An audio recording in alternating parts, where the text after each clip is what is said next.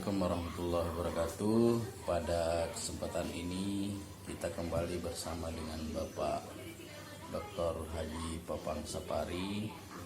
Sejenak akan mendengarkan ulasan beliau tentang yang lagi hangat-hangat, yaitu putusan MA tentang gugatan yang diajukan oleh Ibu Rahmawati Soekarno Putri. Nah, ini lagi kisru nih, apakah berpengaruh pada legitimasi hasil pemilu yang hasilkan presiden yang menjabat pada saat ini. Baik, kita segera mendengarkan pendapat beliau. Silakan Pak. Jadi begini ya, terkait dengan putusan MA yang barusan, kalau nggak salah nomor 44 ya, putusan itu apakah berpengaruh atau tidak terhadap ketetapan Mahkamah Konstitusi yang sudah menetapkan bahwa pemenang daripada Pilpres itu adalah pasangan Jokowi Ma'ruf Amin, seperti itu kan. Nah, kalau saya menanggapi hal tersebut, kita harus sebagai negara hukum, ya kita harus kembali kepada hukum. Jadi kita harus on the track rule of law, kan seperti itu. Nah, kalau kita berpijak kepada ketentuan hukum bahwa berdasarkan pasal 24C ayat 1 Undang-Undang Dasar 1945 itu mengatakan bahwa MK berwenang mengadili pada tingkat pertama dan terakhir, bersifat putusan itu adalah final. Apa yang dimaksudkan dengan final dalam hal ini? Artinya bahwa setiap putusan dari produk Mahkamah Konstitusi itu sudah tidak ada upaya hukum lain untuk menganulir putusan-putusan Mahkamah Konstitusi. Seperti itu. Itu yang dikatakan final. Ya, tidak ada upaya hukum lain sebagaimana putusan-putusan peradilan selain MK. Nah, seperti itu ya.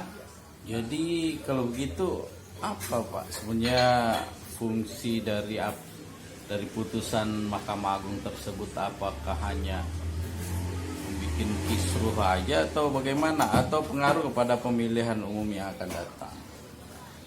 Ini begini. Semua institusi di negara kita ini bekerja dengan undang-undang. Ya, seperti yang kita ketahui, advokat bekerja dengan undang-undang, polisi bekerja dengan undang-undang. Demikian juga institusi lain, ya, bekerja dengan undang-undang, termasuk Mahkamah Konstitusi. Mahkamah Konstitusi di samping melaksanakan tugas kewenangan yang diberikan oleh Undang-Undang Dasar 1945 tadi, Mahkamah Konstitusi bekerja dengan undang-undang, yaitu Undang-Undang Mahkamah Konstitusi.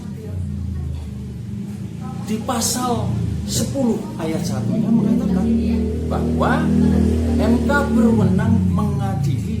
Nah, kembali lagi kan, di samping Undang-Undang Dasar memberikan kewenangan, MK mengadili pada tingkat pertama dan terakhir, yang putusannya bersifat final, kan begitu. Nah, itu seperti itu.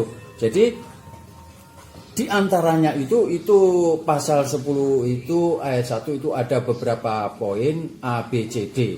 Di antaranya yang poin D itu D-nya itu menyatakan memutus perselisihan tentang hasil pemilu. Jadi di sini sudah jelas, ya. Kenapa mesti diributkan lagi? Sudah jelas bahwa keputusan itu tidak bisa dianulir oleh keputusan-keputusan lain. Baik, Bapak kedepannya ini kelihatannya kita lebih seru Pak kalau misalnya bakal calon presiden itu nggak usah dibatasi lah, isinya seperti itu. Jadi jangan misalnya sekian persen, akhirnya muncul dua pasangan calon seperti pemilihan kemarin itu 2019, akhirnya kan menyebabkan masyarakat atau warga negara ini terbelah, dan itu akan terus berlanjut sampai sekarang ini. Apakah itu sebenarnya inti dari gugatan ini, bahwa jangan dibatasin lah pokoknya, dan itu juga tidak akan banyak yang muncul calon-calon presiden itu. Ya enggak, secara politis begini kan, threshold itu kan sudah disepakati, gitu loh, disepakati oleh semua partai peserta pemilu ya. Jadi ya kalau untuk menentukan itu kan bagaimana kesepakatannya. Kalau memang sudah disepakati ya itu harus dijalankan. Jangan kemudian sudah disepakati akhirnya karena dianggap merugikan satu partai yang lain dan kemudian lebih menguntungkan partai yang satunya lagi, kemudian itu dianulir atau dipermasalahkan. Nah itu yang saya banyak melihat kurang bagus kalau seperti itu. Kalau memang sudah disepakati ya sudah jalankan sebagaimana keputusan yang sudah disepakati, seperti itu. Jadi kedepannya itu saya berharap ya sudah dimusyawarahkan kembali apakah penting threshold itu masih dipergunakan untuk pemilu akan datang atau tidak, seperti itu. Nah nanti kalau sudah diputuskan mau threshold atau tidak threshold, itu urusan mereka peserta. Oke. Jadi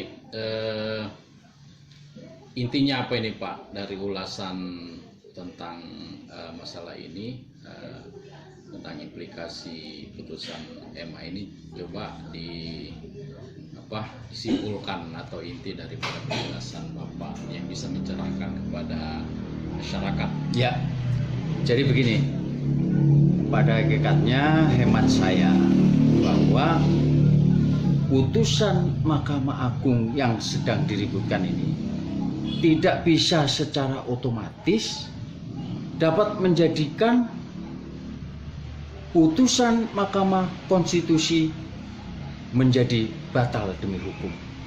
Itu prinsip. Ya, seperti itu. Seperti itu. Baik Pak, terima kasih atas penjelasannya.